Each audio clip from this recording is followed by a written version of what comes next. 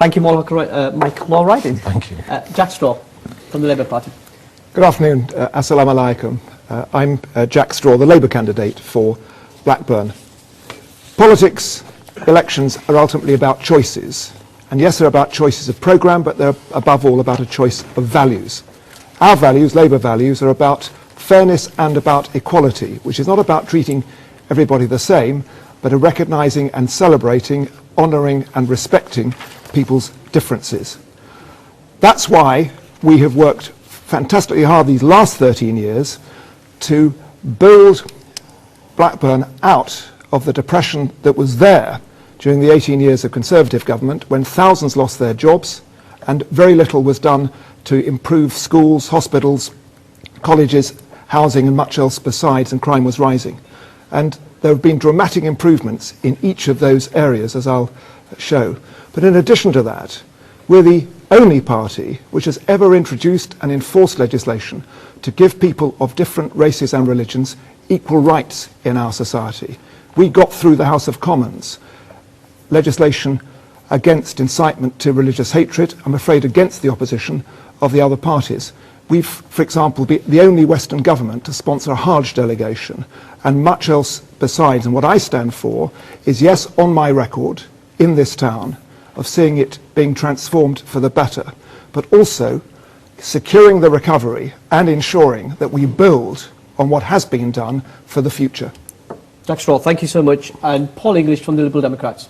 Thank you. Hi, I'm Paul English and I'm here as the Liberal Democrat candidate, and I've come to Blackburn to win the seat for the Liberal Democrats.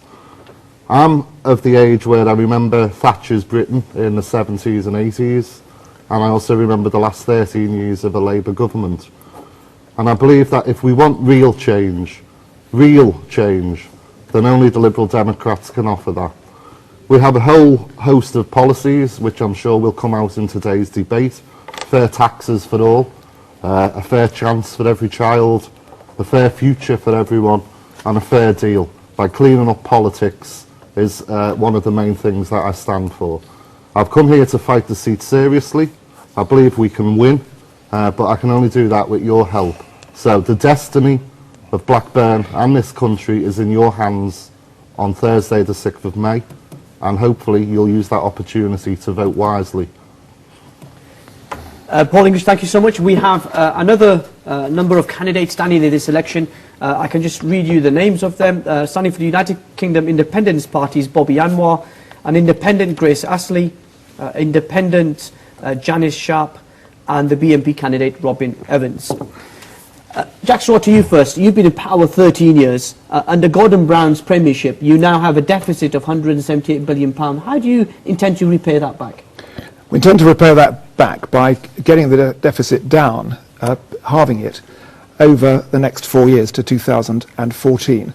And that can and will be done, and we've set out, not least in the last budget book, clear plans for doing so. It's worth getting this is the total, what you're talking about is the total national debt in perspective, which is the total national mortgage.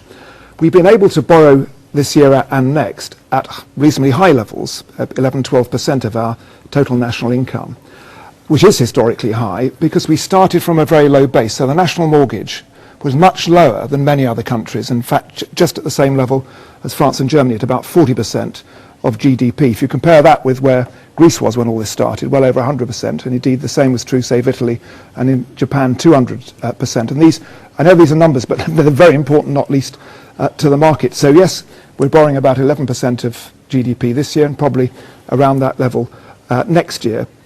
But at the end of this period, the total national mortgage will be up at about 80%, which will be around the same level as other secure economies like France and Germany, which is why it's frankly ridiculous for one party to compare our situation with Greece. It's not remotely like Greece, and it won't be. Crucially, yes, we've got to make economies. I've been making economies in the department that I run, but you can't make economies without pain. And what you must not do is both give tax cuts to the very well off, which are unnecessary, and propose to take £6,000 million out of the economy this financial year, which has already started, which would lead to a very significant loss of jobs and cuts in services across the country. Michael O'Ryan, the Conservatives have promised real cuts this year. Can you just spell them out for our viewers? I think really, I mean, no party has revealed in any detail the plan cuts, but we've identified an additional. So you don't know what the cuts are? $6 billion. Let me go on with this. Unlike the Labour or Lib Dems, these guys, they want to wait until 2011, and we believe that we need to be starting now. David Cameron said this morning we need to be starting Friday. Okay. What are we going to do? There's lots of things. I mean, it's not all about cuts as well. There's other issues around the economy that we need to deal with. We will reinstate pension links with earnings. There'll be no increase on national insurance or VAT. There'll be a public sector pay freeze. There'll be cuts in central government ministers' pay by 5%, and that'll be frozen for 5 years. We will cut the number of MPs by 10%. We will create 400,000 new apprenticeships over 2 years. The list goes on. There's more and more in there. But I think it was made very clear by David Cameron today that the Labour Party haven't put forward a 3-year spending plan. They know the detail, they know the books, and we don't yet. We don't know the full detail of this. Okay. Bushra Anwar? Well, I think the public's already had so many cuts. They're already in a bad way. There's no jobs. The food prices are going up. Petrol prices are all going up. Things are all increasing. Inflation's going high. I think it's unfair to put such a huge burden on the public all the time. I think it's about time the government started looking at their own policies and having a look to see where the money is going.